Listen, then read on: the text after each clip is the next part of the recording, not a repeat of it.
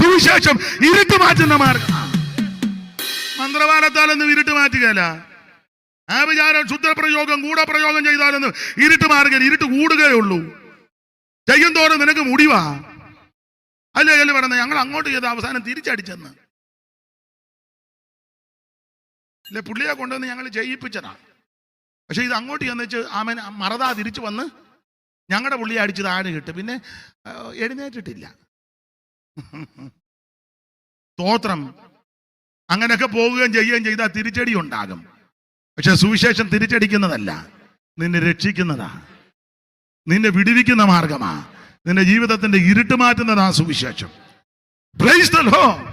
എത്ര എത്ര വ്യക്തികളുടെ ഇരുട്ടാ മാറിയേ, എത്ര കുടുംബങ്ങൾ രക്ഷപ്പെട്ടു അല്ലേ? എത്ര കുടുംബങ്ങളാ. സ്തോത്രം. സമാധാനമില്ലാതെ, സ്വസ്ഥതയില്ലാതെ, ആമ യാതൊരു ലക്ഷ്യമില്ലാതെ, നിരാശയും ആമ പരിതാപവും പരിവട്ടവുമായിട്ട് ആത്മീയതയ്ക്ക് പോലും ഒരുങ്ങിയ കുടുംബങ്ങൾ. പക്ഷേ ആഹാരത്തിൽ വിഷം കലക്കി കൊച്ചുങ്ങൾക്കും കൊടുത്ത് യാകാനായിട്ടിരുന്നതാ. പക്ഷെ സുവിശേഷം കേട്ടത് കൊണ്ടത് മാറി. ചിലർ സാക്ഷ്യം പറഞ്ഞ് ഞാൻ കേട്ടുണ്ട്, ആത്മഹത്യ ചെയ്യാൻ പ്ലാവേ കയറി കുരുക്കിട്ട് ആ പ്ലാവിന്റെ കവട്ടയിലും കുരുക്കിട്ട് കഴുത്തേലിട്ടിട്ട് ചേടാൻ ഒരുങ്ങിയപ്പോൾ പണ്ട് സൺഡേ സ്കൂളിൽ പഠിച്ചൊരു വാക്യം ഓർത്തു. കുരുക്കഴിച്ച് താഴെ ഇറങ്ങി, രക്ഷപ്പെട്ടു. അതാ സുവിശേഷത്തിന്റെ ശക്തി. ഇരുട്ട് മാറ്റും, ഇരുട്ട് മാറ്റും, ഇരുട്ട് മാറ്റും. അപ്പൊ ഈ സുവിശേഷം കേട്ടാൽ, ഈ സുവിശേഷത്താൽ നടക്കുന്ന കാര്യമാണ്. ഇരുട്ട് മാറും. മാത്രമല്ല ഇരുട്ട് മാറും. അവിടെ ഒരു പദമുണ്ട്, ഭയവും മാറും, ഭയം മാറും. ഭയപ്പെടേണ്ട എന്നൊരു പദമുണ്ടല്ലോ, ദൂതന്മാര് പറഞ്ഞ് അവർ ഭയപരവശരായി തീർന്നു. ദൂതൻ അവരോട് ഭയപ്പെടേണ്ട. ഭയപ്പെടേണ്ട. മനുഷ്യനെല്ലാം ഭയമാ. ഇവിടെ ഇരിക്കുന്ന എല്ലാവർക്കും ഭയമാ. ഒന്നല്ലെങ്കിൽ മറ്റൊന്നിനെ എല്ലാവരും ഭയപ്പെടും. ഒരാളെന്നോട് പറഞ്ഞു, എനിക്കൊന്നും പേടിയില്ല, പക്ഷെ അവളെ പേടിയാന്ന് പറഞ്ഞു. അവളെ പേടിയാ. അവള് പറഞ്ഞാലേ വണ്ടി എടുക്കുകയുള്ളൂ. പുള്ളിയുടെ പേരില്ല വണ്ടി, എന്നാലും അവള് പറഞ്ഞാല്. ഞാൻ ചോദിച്ചാ അത് അവിടെ വീട്ടിൽ നിന്ന് മേടിച്ച് തന്നതാ. അവള് പറയുമ്പോ വണ്ടി എടുക്കുക, അവള് ചവിട്ടാൻ പറയുമ്പോ അന്നേരം എന്നെ ഇങ്ങനെ പമ്മിയിരിക്കുന്നേ. പേടിയാ. ചെല്ലി പറയുന്നത് കേട്ടിട്ടില്ലയോ?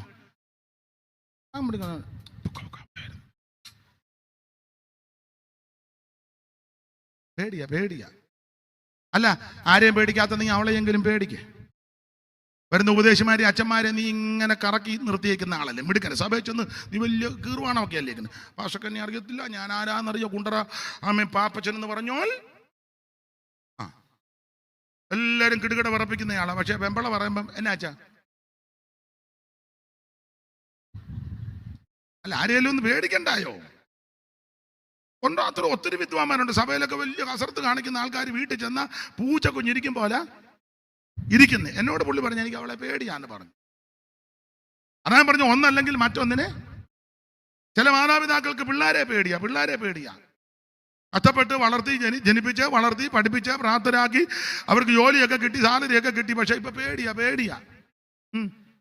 എന്തിനിങ്ങനെ തന്തയാന്നും പറഞ്ഞ് ജീവിക്കുന്നു? ഇവിടെ മാതാപിതാക്കളെ മക്കളെയോ ബഹുമാനിക്കുകയും ഭയപ്പെടുകയും ചെയ്യണ്ടേ? ആ പേടി എന്നുള്ളത് ഭീകരരൂപിയാന്നുള്ള പേടിയല്ല, ബഹുമാനത്തിൽ കൂടെ ഉള്ള പേടിയാ. അതാ വേണ്ടേ? ഞാൻ ഈയിടെ തന്തയോട് പറഞ്ഞു കൊടുത്ത്, എന്തിനിങ്ങനെ പേടിച്ച് ജീവിക്കുന്നു? ഈ വത്തും വീടും ആരുടെ പേരില്ല, അതെൻ്റെ പേരില്ല. അത് വിറ്റേച്ച് ബാങ്കിൽ കൊണ്ടിട്ടേച്ച് രണ്ടുപേരും സുഖമായിട്ട് ജീവിക്കണം. കോടികളുണ്ട്. ഇവനെല്ലാം കൊടുത്തിട്ട് തന്നെ എടുക്കാനാ? തന്തയെ അന്വേഷിക്കല്ല, തള്ളയെ അന്വേഷിക്കല, മാന്യമായിട്ട് സംസാരിക്കുകയല്ല, അപ്പനും അമ്മയ്ക്കും വേണ്ടതൊന്നും ചെയ്യത്തുമില്ല. ഇതുങ്ങൾ കിടന്ന് നരകയാതനേനോ ഞാൻ പറഞ്ഞു കൊടുത്ത. എൻ്റെ രീതിയൊക്കെ അങ്ങനെ ഇട്ടോണ്ട് അംഗീകരിച്ചാൽ മതി. എടാ അത് വിറ്റേച്ച് ഇപ്പം വിൽക്കാനാണ് ഇഷ്ടംപോലെ ആൾ മേടിക്കും. വിറ്റേച്ച് ബാങ്കിൽ കൊണ്ടിടണം. കൊണ്ടിട്ടേച്ച് എഴുതി വെച്ചേക്കണം, കാലശേഷം അവർക്ക് ഇരുന്നോട്ടെ. കാലശേഷം ഈ പടഭണ്ഡാരം വീടെന്തിനാ തൂത്തുമാരി നിങ്ങൾ കിടക്കുന്നേ? തള്ളക്കാരനെ നടക്കാൻ പറ്റില്ല, തള്ള ആക്കാറല്ല.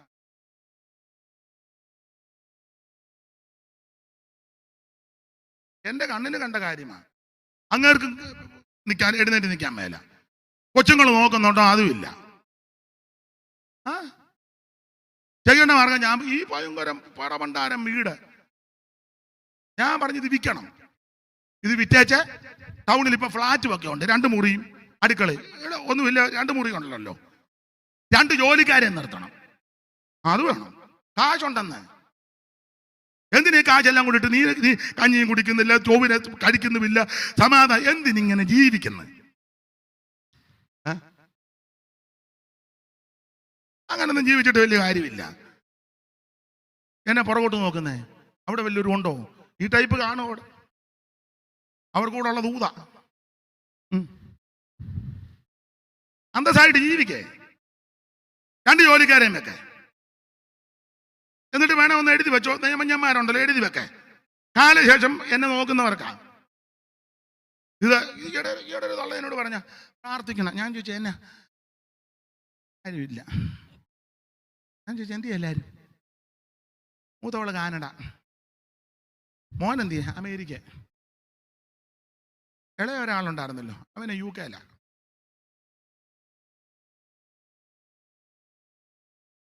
കുളിച്ചിട്ട് ഒരാഴ്ചയായി. മുടിയെല്ലാം ചടകെട്ടാ. ഞാൻ പിന്നെ അവിടെ ഇരുന്ന് തള്ളയുടെ മുടിയെല്ലാം കൊടുത്തു. കൊടുത്ത കാര്യമാണ് പറഞ്ഞത്. ചെയ്തു കൊടുത്തു. പ്രായമുള്ള അമ്മയല്ലേ, എന്തും എനിക്കൊന്ന് മുടി കൊടുക്കാൻ പറ്റുമോ? എനിക്ക് യോഗമുള്ളതാ. ചെന്ന സമയത്ത് കണ്ടെടുത്തോളം ചെയ്തു. പിന്നെ ചില കാര്യങ്ങളുണ്ടായിരുന്നു, ഞാൻ പറഞ്ഞു കൊടുത്താച്ചാ പറഞ്ഞത്. സ്ഥലം എന്തും വേണ്ട, 5.5 ഏക്കർ. ഞാൻ പറഞ്ഞു തള്ളേ, നിങ്ങൾ ഇത് വെച്ചോണ്ടിരിക്കാതെ ഒന്നെങ്കിൽ പത്രത്തിലോ അല്ലെങ്കിൽ എവിടെയും പരസ്യം കൊടുത്ത് ഈ 5.5 ഏക്കർ വിൽക്കണം. എന്നെ എന്നിങ്ങനെ തുറച്ചു നോക്കുന്നേ. എടാ, നല്ല ബുദ്ധി പറഞ്ഞു തരികയല്ല, നീ കിടന്ന് കുഴയാനില്ല. അത് വിറ്റേച്ച് നിയമപ്രകാരം എഴുതി വെക്കണം. കാലശേഷം എടുത്തോ. കഞ്ഞിയും വെള്ളം കുടിക്കാനോ കുളിക്കാനോ നനയ്ക്കാനോ കിടക്കാം, മലന്ന് കിടക്കുക. എന്തിനങ്ങനെ ജീവിക്കുന്നത്? ആട്ടെ, ഈ യോഗത്തിന് വന്നുകൊണ്ട് അങ്ങനെയും ഒരു ഗുണമുണ്ടാകട്ടെ ഇന്ന് രാത്രി. എനിക്കറിയാം ചില തീരുമാനം എടുക്കുന്നുണ്ടെന്ന്. എനിക്ക് ആ മോഹം കാണുക. ഞാൻ കുറെ നാളായിട്ട് ചിന്തിച്ചുകൊണ്ടിരുന്ന കാര്യമാണ്. ഏതായാലും ദൈവാത്മാവ് തന്നെ പാസ്റ്ററെ കൊണ്ട് ദൈവാത്മാവ് തന്നെ പറയിപ്പിച്ചത്. ഒരു തർക്കം. ഇന്ന് രാത്രി ഞാൻ തീരുമാനമെടുക്കുന്നതിനൊക്കെ ഗുണം വരാൻ പോവുക. എനിക്കൊന്നും തരണ്ട, എനിക്ക് തരാനുമല്ല. എന്നെ വിളിക്കുകയും വേണ്ട. നിയമം പോലെ പോവും. കുഴയരുത്. എല്ലാറ്റിലും ഉപരി ദൈവത്തെ വിളിച്ചോണം. അപ്പൊ ഒരു കാര്യം പറയാം, ഈ സുവിശേഷം കേട്ടാൽ ഭയം മാറും. എല്ലാവർക്കും ഭയമാ. ഇവിടെ ഇരിക്കുന്ന എല്ലാവരും ഒന്നല്ലെങ്കിൽ മറ്റൊന്നിനെ, ചിലക്ക് ഒന്നിനെ പേടിയില്ലെങ്കിൽ പട്ടിയെ പേടിയാ. എന്തിനേലും ഒക്കെ പേടി. അലക്സാണ്ടറിന്റെ പൂച്ചയെ പേടിയായിരുന്നെന്നാ പറയുന്നത്. കണ്ടം പൂച്ച സമുദ്രത്തെ നോക്കിയിട്ട് ആക്രോശിച്ചു, കരയായിരുന്നെ വെട്ടിപ്പിടിക്കുമെന്ന്. ചെവിളി പെരക്കാത്തിരുമ്പോ പൂച്ച കരഞ്ഞ പേടിയാ. ചില വിശ്വാസികൾക്ക് ഉപദേശിമാരെ പേടിയാ, ദൈവത്തെ പേടിയില്ല. ദൈവം വന്നിട്ടുണ്ട്, അതങ്ങനെ അവിടെ ഇരുന്നോളൂ. പാസ്റ്റർ വരുന്നു, ദൈവത്തെ പേടിയില്ല. ചെല്ലി പറഞ്ഞു കേട്ടില്ലയോ, ദൈവം ഒക്കെ അവിടെ ഇരിക്കട്ടെന്ന്. പേടിയാ, ദൈവത്തെ ഭയമില്ല. ചില പാസ്റ്റർമാർക്ക് സഭയിലെ മൂപ്പന്മാരെ പേടിയാ. പേടിയാ. കാശും പുത്തനുമുള്ള മൂപ്പനാന്നെ പിന്നെ പറയേ എല്ലാം പുള്ളിയോട് ചോദിച്ചു തുടങ്ങ എന്നാ പുള്ളി.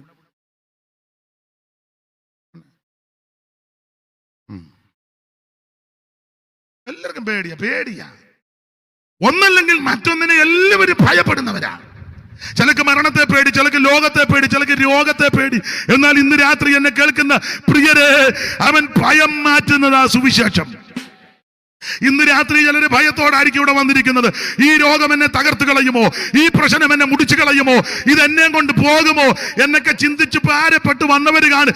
ഇന്ന് രാത്രി അങ്ങനെ അലട്ടുന്ന ഭയത്തെ ഈ രാത്രി സുവിശേഷത്താൽ മാറ്റം വരും. ഭയം മാറ്റുന്ന മാർഗമാ സുവിശേഷം. അവൻ സുവിശേഷം വന്നു കഴിയുമ്പോൾ ഇരുട്ട് മാറും. 2 സുവിശേഷം ഭയം മാറ്റും. 3 സുവിശേഷം നമുക്ക് സന്തോഷം തരും. അതാ അവിടെ എഴുതിയിരിക്കുന്ന സർവ്വജനത്തിനും ഉണ്ടാകുവാനുള്ള ഒരു മഹാസന്തോഷം. സഹോദര, മദ്യം സന്തോഷം ശരിക്ക് തരുന്നതല്ല. അന്നേരം ഒരു ഇളക്കമൊക്കെ. ഞാൻ കുടിച്ചിട്ടുള്ള ആൾക്കാരെന്നോട് പറഞ്ഞു. ഞാൻ ചോദിച്ചു എങ്ങനെയുണ്ട് ഇത് കുടിക്കുമ്പോ? ഒരു പിമ്പിരിയാന്ന് പറഞ്ഞു. കുടിക്കുന്ന സമയത്ത് പയ്യപ്പാടക്കാരൻ തമ്പി പണ്ടനോട് പറഞ്ഞു 2 അടിച്ചേച്ച് ആരാധനയ്ക്കിരുന്ന ഒരു ഉണർവാണ്. എന്നോട് പറഞ്ഞതാ. യേശു ജനിക്കുമ്പോഴും അടിക്കുന്നുണ്ടല്ലോ, കാരണം ജനിച്ചതിന്റെ സന്തോഷം. യേശുവിനെ ക്രൂശിൽ കയറ്റി കൊന്നപ്പോഴും പിറ്റേന്നും ദുഃഖവും. യേശു ജനിച്ചപ്പോൾ എത്ര കോടിയാ ഗവൺമെന്റിന് കിട്ടിയത്? അവർ പറയാ യേശു ആണ്ടിലൊരു 4 പ്രാവശ്യം ജനിച്ചിരുന്നെങ്കിൽ പിന്നെ മന്ത്രിസഭ ചിലപ്പോൾ മിക്കവാറും തീരുമാനിക്കും എല്ലാ മാസവും യേശു ഒരു 10:30 കഴിഞ്ഞ് വിളിക്കാൻ പറ. ഞാൻ 10:30 വരെ എടുക്കും മിക്കവാറും.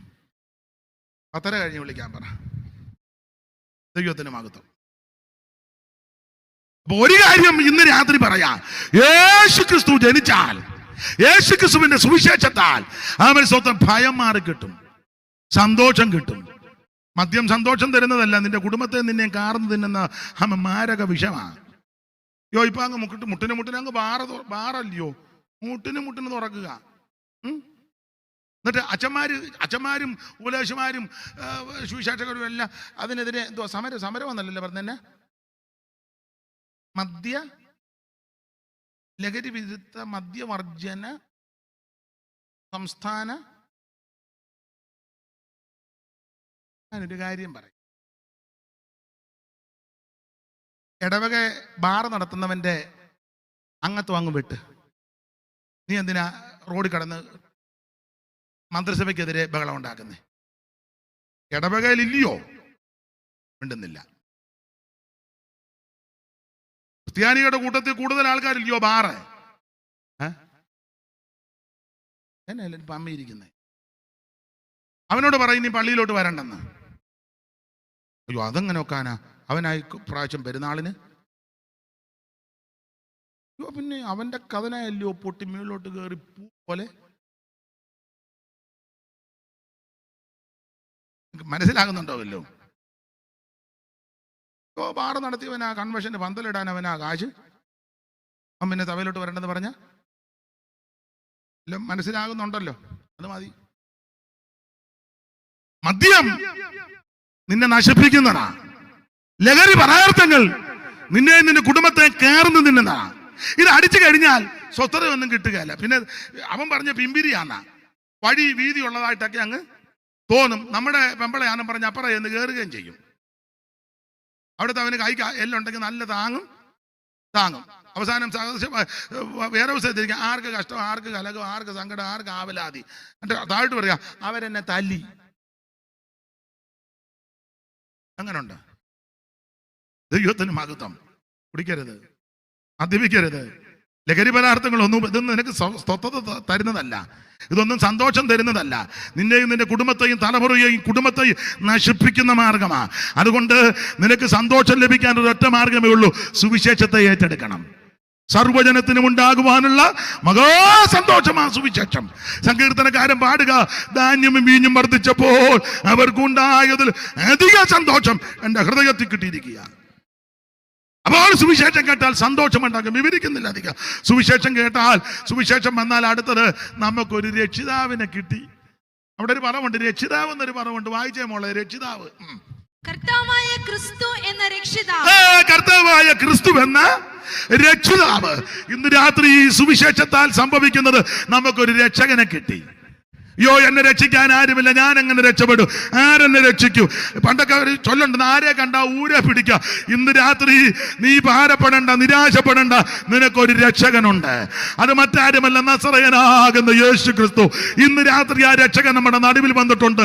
മാറത്ത് പൊൻകച്ച കെട്ടുവനായി, ചുട്ടുപടിപ്പിച്ച വെള്ളോടിന് സദൃശമുള്ള പ്രാണമുള്ളവനായി, 7 നക്ഷത്രം മലങ്കിയിൽ പിടിച്ച് 7 പൊൻ നിലവിളക്കണ നടുവിൽ നിലയങ്ക് ധരിച്ച് നടകൊള്ളുന്ന നസറായൻ രക്ഷകൻ, രക്ഷിതാവ് ഇന്ന് രാത്രിയുടെ വന്നിട്ടുണ്ട്. ആ രക്ഷകനെ നിന്റെ ഹൃദയം സമർപ്പിക്കുക. ഒറ്റ വാക്ക് പറ, എന്റെ യേശുവേ എന്നെ രക്ഷിക്കണം, എന്റെ യേശുവേ എന്റെ ഉള്ളത്തിലേക്ക് വരണം, എന്റെ യേശുവേ ഇന്ന് രാത്രി എന്നെ രക്ഷിക്കണം. ആര് പ്രാർത്ഥിക്കും അവരെ യേശു ഇന്ന് രാത്രി രക്ഷിക്കും.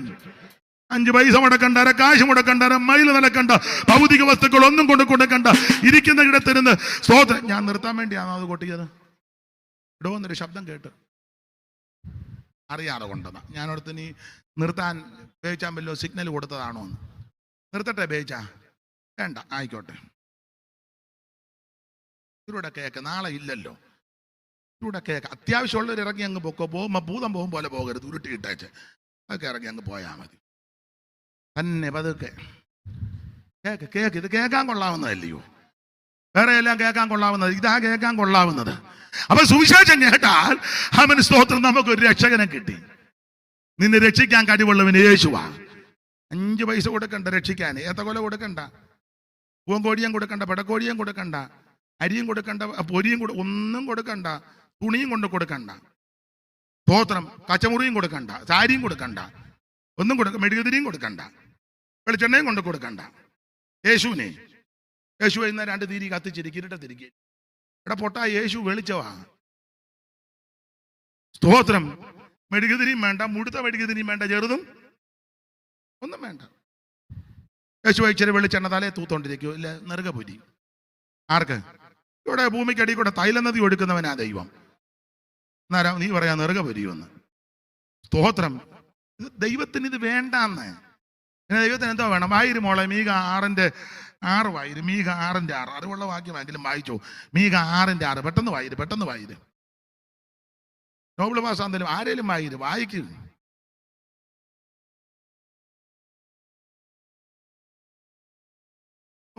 എന്തോന്നുകൊണ്ട് ഞാൻ യഹോവയുടെ സന്നിധിയിൽ ചെന്ന് എന്തോന്നുകൊണ്ട് അങ്ങോട്ട് ചെല്ലുവന്ന അത്യുന്നത ദൈവത്തിന്റെ മുമ്പാകെ കുമ്പിടേണ്ടു. എന്തുവായിട്ട് ചെന്ന അവിടെ കവന്ന് വീഴുന്നേ? ഞാൻ ഹോമയാഗങ്ങളോടും 1 വയസ്സ് പ്രായമുള്ള കാളക്കിടാക്കളോടും കൂടെ അവന്റെ സന്നിധിയിൽ ചെല്ലണം. ആടുമായിട്ടോ അങ്ങോട്ട് ചെല്ലണോ? എന്തിനെ? 1000 ആട്ടുകൊറ്റന്. അയ്യോ, 1000 ആട്ടുകൊറ്റന് അവിടുന്ന് പ്രസാദിക്കുമോ? 10,000 തൈലനദി. സൗദിയിലൊക്കെ ഇപ്പോഴും എണ്ണ എടുത്ത് തീർന്നിട്ടില്ല. നീ കിടക്കുക എന്നാ പറയുന്നത്. അന്നാരാ നമ്മള്? തൈലനദി. സ്തോത്രം. ആടും വേണ്ട, മാടും വേണ്ട, കാളയും വേണ്ട. ദൈവത്തിന് ഒരു ആട് എന്തിന്? ഈ കാട്ടിലോട്ട് തന്നെ കാട്ടാട് അയ്യര് കളി. കണ്ട 3 ചെന്ന ആ ഒരു മല മുഴുവൻ മറ്റേ ആടന്നോ വരയാട്. എന്നാരാ നീ ചന പോലും പിടിക്കാത്തൊരാടുമായിട്ട് ദൈവത്തിന്? നല്ല ആടാന്നേ കുഴപ്പമില്ല. ഒഴിക്കുന്ന ആട്. അവിടെ മലമണ്ട മുഴുവൻ നല്ല ആടുകളാണ്, ദൈവത്തിൻ്റെതാ. 1000 കാട്ടുജന്തുക്കള്. ഏതെല്ലാം ടൈപ്പ്? കാട്ടുകോഴി എമ്പടി. അന്നേരം നീ ഒരു പൂവൻ കോഴിയായിട്ട് എവിടെ പോവാ? പുതുപ്പള്ളിക്ക്. എന്തിനാ?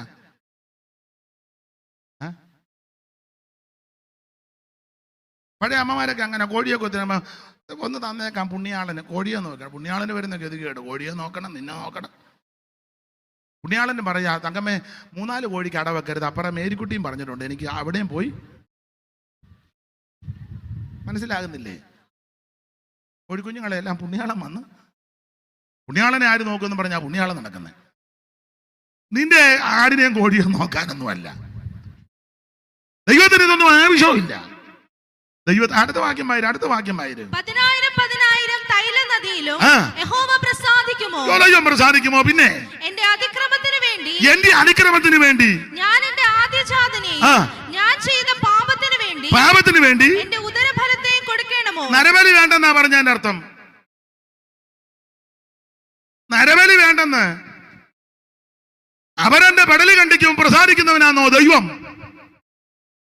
അങ്ങനെയൊക്കെ ചെല്ലു പറയുന്നുണ്ട്. വത്സ അവന്റെ പെടലി എടുത്തോണ്ട് വാ, ഞാൻ നിന്നിൽ സംപ്രീതനായി. വത്സൻ ഉടനെ വടിവാളുമായിട്ട് ഇറങ്ങി. വത്സൻ അവന്റെ പെടലി എടുത്തോണ്ട് വരാൻ ഞാൻ നിന്നിൽ. മറ്റൊരുത്തനെ കൊല്ലുന്നതിൽ പ്രസാദിക്കുന്നതാണോ ദൈവം? അതെന്നാ ദൈവമാ? അല്ല, ദൈവം സ്നേഹമാ. കൊല്ലാൻ പ്രേരണ കൊടുക്കുന്നവൻ അല്ല ദൈവം, മരിച്ചവനെ ഉയർപ്പിക്കുന്നവനാ ദൈവം. ഇന്ന് രാത്രി ആ ദൈവം ഇവിടെ വന്നിട്ടുണ്ട്. ജീവൻ കൊടുക്കുന്ന ദൈവം, മരിച്ചവനെ ഉയർപ്പിക്കുന്ന ദൈവം. നരബലി ദൈവം ഇഷ്ടപ്പെടുന്നില്ലെന്ന് ആണ്ട് ഏലന്തൂർ ഒരു തള്ള മറ്റേ തള്ളെ കണ്ടിച്ചു. വായിച്ചതല്ലയോ? പേര് മറന്നുപോയി. എന്തുവാണ് ഏലന്തൂരെ? സുഹാസിനി എന്തുവാ? എന്തേലും ആട്ടെ, വയ്യാവേലിയാ. എന്തുവായിരുന്നു?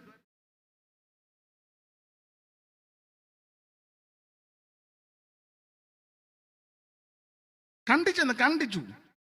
നരബലി, സതി ഇതൊക്കെ നിർത്തലായതാ. ഭർത്താവ് ചത്താ ഉടനെ ചാടിക്കോണമെന്ന്. നരബലികൾ പ്രസാദിക്കുന്നവനല്ല ദൈവം. നിന്റെ കുഞ്ഞുങ്ങളെ ഒന്നും കണ്ടിക്കണ്ട, രക്തമൊന്നും ചിന്തണ്ട. കാരണം യേശുവിന്റെ രക്തം മനുഷ്യന് വേണ്ടി ചീന്തി. നീ ഇനി രക്തമൊന്നും ചിന്തി നരബലി വേണ്ട. പിന്നെ എന്തുവാ അടുത്ത വാക്യം വായിര്? മനുഷ്യ നല്ലത് എന്തെന്ന് ഈ കുണ്ടറക്കാരെ ഈ അമ്പിപ്പൊയ്യക്കാരെല്ലാം കേൾക്കണം. മനുഷ്യ അല്ലെ അമ്പിപ്പൊയ്യക്കാരെ, നല്ലത് എന്തെന്ന് അവൻ നിനക്ക് കാണിച്ചു തന്നിരിക്കുക. എന്തുവാ വായിരെ? ന്യായം പ്രവർത്തിക്കണം. അതാ ഇത് ന്യായം ന്യായം വേണേ. ന്യായം എന്ന് പറയുമ്പോൾ ചില കാര്യം പറയാതിരിക്കാൻ ഒക്കത്തില്ല. ചേട്ടനോ അനിയനോ പെങ്ങക്കോ കൊടുക്കേണ്ടതൊക്കെ കൃത്യം കൊടുക്കണം, അടിച്ചു മാറ്റരുത്.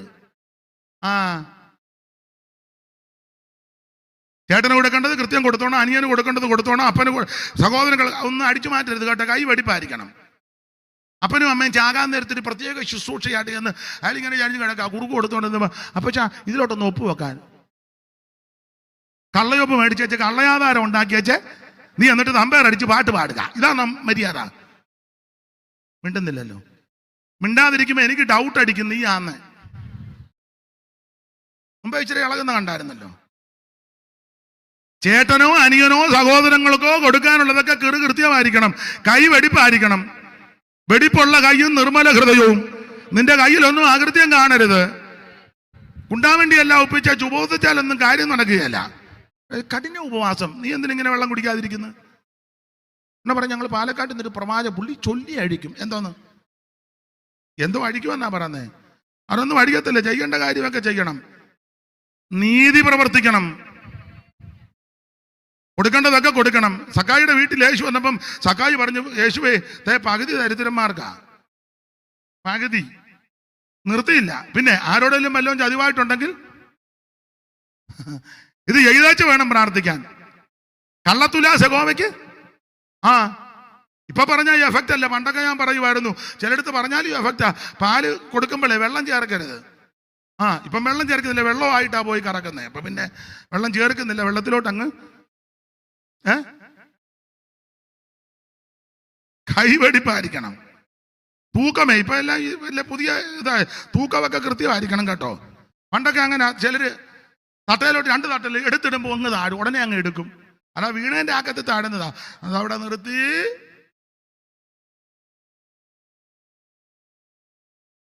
എന്നാ നിങ്ങളെല്ലാം എന്നെ ഇങ്ങനെ തുറിച്ചു നോക്കുന്നത്? നീതിന്യായവും വേണം. അപ്പന് കൊടുക്കണ്ട. അപ്പനും അമ്മയും ഉണ്ടെങ്കിൽ അവരെ ശുശ്രൂഷിക്കണം. 5-8 മക്കൾ കാണും, അതൊക്കെ അവിടെ ഇരിക്കട്ടെ. പക്ഷെ നീ ചെയ്യേണ്ട കാര്യം നീ ചെയ്യണം. അപ്പനും അമ്മയും ശുശ്രൂഷിക്കാറ്, അപ്പനും അമ്മയ്ക്കും വെള്ളം കൊടുക്കാറ് 5:30 കുർബാന കയറിയാലും നിന്നെ രക്ഷപ്പെടുകയല്ല. മലയ്ക്ക് പോയാൽ നിന്നെ കടുവാ പിടിക്കും. മക്കയ്ക്കാണെങ്കിൽ സൂക്ഷം നീ കയറുന്ന പിളയും താഴും. പെന്തിക്കോസ് കോളിലാണെങ്കിൽ ആ ചീലാന്തി ഇടിഞ്ഞ് നിന്റെ മണ്ടേ വീട് ഉപദേശിയും ചാകും. തമ്പേറടിച്ച് തല്ലിപ്പൊട്ടിച്ചാലൊന്നും കാര്യം നടക്കുകയല്ല. മനസ്സിലാകുന്നുണ്ടോ? വല്ലോ അവിടെ ഇരിക്കുക കേട്ടേച്ച് പോകും. നാളെ ഇല്ല, അവിടെ ഇരിക്കുക. എഴുന്നേറ്റാ ഞാൻ അത്യാവശ്യമുള്ളവർ വേണേ അങ്ങ് പതുക്കെ പൊക്കും. നീതിന്യായവും പ്രവർത്തിക്കണമെന്ന് ഒന്നുകൂടെ വായിച്ചേ സഹോദരി. ന്യായം പ്രവർത്തിക്കണം. അതാലയോ ഇഷ്ടപ്പെടുന്ന ന്യായം പ്രവർത്തിക്കണം. ദയാതൽപരനായിരിക്കാനും നിന്റെ ദൈവത്തിന്റെ സന്നിധിയിൽ താഴ്മയോടെ നടപ്പാനും അല്ലാതെ എന്താകുന്നു യഹോവ നിന്നോട് വേറെ എന്തുവാ ചോദിക്കുന്നേ? നിന്റെ ആടും വേണ്ട, മാടും വേണ്ട, കോഴിയും വേണ്ട, നിന്റെ വത്തുവും വേണ്ട, ഓത്രകാഴ്ചയും വേണ്ട, ഒന്നും വേണ്ട. നീ ചെയ്യേണ്ട കാര്യം, ഞാനും നിങ്ങളും ചെയ്യേണ്ട കാര്യം ഒന്ന് ന്യായം പ്രവർത്തിക്കണം, ദയാതൽപരനായിട്ടിരിക്കണം. നിന്റെ ദൈവത്തിന്റെ സന്നിധിയിൽ നിന്നെ തന്നെ താഴ്ത്തണം. ദയ വേണേ. വീട്ടിൽ വരുന്നവരോട് ദയോടെ ഇടപെടണം. ഭിക്ഷക്കാരനാ വരുന്നെങ്കിലും, അവൻ വിശന്നാ വരുന്നെങ്കിൽ, വീട്ടിലുണ്ടെങ്കിൽ അവന് ഭക്ഷണം കൊടുക്കണം. എല്ലാവരെയും വിശ്വസിച്ച് അകത്ത് കയറ്റാൻ ഒക്കുകയില്ല. എങ്കിലും ചില വീടുകളിൽ സിറ്റൗട്ടും കാർ പോർച്ചും ഒക്കെ ഉണ്ടല്ലോ. എല്ലാവരെയും വിശ്വസിക്കാനൊന്നും ഒക്കത്തില്ല. എല്ലാവരും വിശ്വസ്തരല്ലെങ്കിൽ എല്ലാവരും കുഴപ്പക്കാരുമല്ല. കൊടുക്കണം. ഞാൻ കഴിഞ്ഞ ദിവസവും പ്രസംഗിച്ചും പറഞ്ഞു, വണ്ടിയെ കയറുമ്പോൾ ഒരു പ്രായമുള്ള അപ്പച്ചൻ നിൽക്കുക, നമ്മൾ സീറ്റയിൽ ഇരിക്കുക. അപ്പച്ചനെ ഇരുത്തണം, നമ്മളൊന്ന് എഴുന്നേക്കണം. നമ്മളത് അപ്പച്ചനെ ശ്രദ്ധിക്കത്തുമില്ല, ഇരുത്തുക. അല്ലെങ്കിൽ നമ്മൾ വെളിയിലോട്ട് തലയിട്ടുകൊണ്ടിരിക്കും. കുണ്ടറ മുതൽ ചിന്നക്കട വരെ നോക്കിയാലല്ലേ അപ്പച്ചൻ കാണുക നമുക്കൊന്ന് ഇരിക്കാൻ പറ്റുള്ളൂ. ദയ ഉണ്ടായിരിക്കണം കേട്ടോ. ദയാതൽപരനായിട്ടിരിക്കണം. പ്രായമുള്ളവരെ ബഹുമാനിക്കണം, പ്രായമുള്ളവരെ ആദരിക്കണം. സമൂഹത്തോട് സഭ നോക്കിയല്ല, മതം നോക്കിയല്ല, കളർ നോക്കിയല്ല, ഏത് വ്യക്തിയെ ദയോടെ ഇടപെടണം. ഇതൊക്കെയാ ദൈവം ഇഷ്ടപ്പെടുന്നേ. സ്തോത്രം. കൈയറത്ത ഉപ്പ് തേക്കാത്ത വിദ്വാന്മാരുണ്ട്. കൈയറത്ത എന്തിനിങ്ങനെ ജീവിക്കുന്നു? സ്തോത്രം. ദയാലുൽപ്രദനായിട്ടിരിക്കണം. മാത്രമാണോ ദൈവത്തിന്റെ സന്നിധി നിന്നെ തന്നെ അഹങ്കരിക്കരുത്. എന്നോട് കൂടെയുള്ള ദൂരം ആരും അഹങ്കരിക്കരുത്. എന്നെ കൊണ്ട് നിങ്ങളെ കൊണ്ട് ഒന്നും നടക്കത്തില്ല. അഹങ്കരിക്കരുതെന്ന് ഞാൻ എല്ലായിടത്തും പറയുന്ന കാര്യമാണ്. നിങ്ങൾ ചില ആൾക്കാർ പറയത്തില്ലയോ, പാസ്റ്ററെ എന്നോടൊരാൾ പറഞ്ഞ ഞാൻ എൻ്റെ മെത്തയിലേക്ക് കിടക്കുകയുള്ളൂ, വേറെ മെത്ത ഇത് പ്രത്യേക മെത്തയാന്ന്. ആയിക്കോട്ടെ. വെള്ളം പൊങ്ങിയപ്പോ ക്യാമ്പിൽ പോയി ആണ്ട ബെഞ്ചേ കിടക്കുന്നത്. ഞാൻ പിന്നീട് ചോദിച്ചു, മെത്ത ഉണ്ടായിരുന്നു? ഓ, എവിടെ കിട്ടാന്, മെത്തയെല്ലാം വെള്ളം കയറി. കണ്ടോ, അഹങ്കരിക്കരുതെന്ന്. ചില അമ്മമാരൊക്കെ സഭയിലൊക്കെ വരുമ്പോൾ എല്ലാവരും അല്ല, ചില സഹോദരിമാർ വലിയ ക്രെഡിറ്റില്ല പറയുന്നത്, വലിയ ക്രെഡിറ്റില്. അമ്മാമ്മേ എല്ലാ പിള്ളേരെയും പോലല്ല മോള്, അവളെ പ്രത്യേക ടൈപ്പാ. ആണോ? ഇവളിപ്പോൾ ഇങ്ങനെ വെളിയിലൊക്കെ പോയി പഠിച്ച് കുറച്ചുകൂടെ സ്റ്റാൻഡേർഡ് ആയതുകൊണ്ട് അവൾ എല്ലാ ഫുഡും ഒന്ന് യൂസ് ചെയ്യല്ല. ഒരു ഇംഗ്ലീഷ് ഇരിക്കട്ടെ, നമ്മുടെ യോഗം തീരുകല്ലേ, തെറ്റിയോ? ആ, അവൾ എല്ലാ ഫുഡും ഇപ്പം പിന്നെന്തോ അവൾ യൂസ് ചെയ്യുന്നേ, അവളെ പിന്നെ കിങ് ഫിഷ്. ഞങ്ങൾ കഴിഞ്ഞ ആഴ്ച കൊല്ലത്തെല്ലാം വാടിയിൽ പോയി ഒത്തിരി നേരം നിന്ന് വാടി. കാരണം കിങ് ഫിഷ് മനസ്സിലാകുന്നുണ്ടോ? പിന്നെ മോനാണെങ്കിൽ അവന് പിന്നെ ഈ നല്ല പോത്ത് ഒലത്തണം. മോൻ എന്നെ ഇങ്ങനെ ഇറുകണ്ടിട്ട് നോക്കുന്ന കാര്യാ മോനെ പറയുന്നേ. പിന്നെ മോനും രക്ഷിക്കപ്പെട്ടോണം, നരകത്തിൽ പോകരുത്, യേശുവാ രക്ഷകൻ. ഇതെല്ലാം വെച്ചേച്ച് മോൻ പോകരുത്. മോൻ ഇതെല്ലാം വെച്ചില്ലേലും എൻ്റെ പൊന്നച്ച യേശുവിനെ രക്ഷിതാവായി സ്വീകരിച്ചോണം. അപ്പൊ ചിലർ അങ്ങനെ നിർബന്ധ ബുദ്ധിയാ, ക്രെഡിറ്റിലായി പറയുന്നേ. വെള്ളപ്പൊക്കം വന്ന് അങ്ങേയറ്റം പറ്റിയപ്പം കിങ് ഫിഷ്, അവക്ക് കിങ് ഫിഷ് വേണ്ട, അവള് പണ്ണ് തട്ടിപ്പറിക്കുന്നു. കണ്ടോ, പണ്ണ് വേണ്ട ഇപ്പം കിങ് ഫിഷ്. ബീഫ് ഒലത്തി കൊടുക്കേണ്ടവൻ അത് വേണ്ട, എവിടെ കിട്ടാനാ? അവൻ പറഞ്ഞ എനിക്കൊരു റൊട്ടിയെങ്കിലും തരാൻ, മോഡേൺ ബ്രെഡ്. എനിക്കിപ്പോ ഒലത്തണ്ടേ? അഹങ്കരിക്കരുതെന്നായി പറഞ്ഞത്. ചെല്ലു പറയത്തില്ലയോ, ഞാൻ വണ്ടിയില്ലാതെ എങ്ങും പോകില്ല. ഞാൻ ജനിച്ചപ്പോഴേ ഞങ്ങളുടെ വീട്ടിൽ അംബാസഡർ വണ്ടിയില്ലാതെ ഞങ്ങൾ കൊച്ചിലി മുതലേ വണ്ടി യൂസ്. ആണ്ട വെള്ളം പൊങ്ങിയപ്പോൾ ഒരു മുടുത്ത ചെമ്പിനകത്തൊരു തള്ളയെ തള്ളിക്കൊണ്ട് പോകുന്നു. നിങ്ങൾ കണ്ടതല്ലേ, ഒരു വലിയ ചെമ്പിനകത്തൊരു വണ്ണമുള്ള തള്ള, ഒരു ചെമ്പ് നിറച്ചോണ്ടൊരു തള്ള, ഏതാണെന്നൊന്നും എനിക്കറിയാൻ മേല. ഒരുത്തൻ ഇങ്ങനെ തള്ളിക്കൊണ്ട് പോകുന്ന തള്ള ചെമ്പിനകത്ത് ഇരിക്കുന്നത്. ചെമ്പിനകത്ത് നമ്മൾ എന്തെങ്കിലും ഭക്ഷണം ഉണ്ടാക്കുക, തള്ള കയറിയിരിക്കുക. നിങ്ങൾ കണ്ടതല്ലേ. ഇവിടെ ഞാൻ നിർമ്മിത കഥയൊന്നും പറഞ്ഞതല്ല. ഇപ്പൊ കാറ് വേണ്ടേ കാറ്? അഹങ്കരിക്കരുത്, നിഗളിക്കരുത്, ഡംബം കാട്ടരുത്, ഡംബികളോട് ദാർഷ്ട്യത്തോട് സംസാരിക്കരുത്. നീ ദൈവത്തെ ഭയപ്പെട്. എന്നെ കൊണ്ട് നിന്നെ കൊണ്ട് ഒരു ചുക്കും നടക്കുകയല്ല. ഏത് മനുഷ്യനും ഉറച്ചു നിന്നാൽ ഒരു ശ്വാസമാ.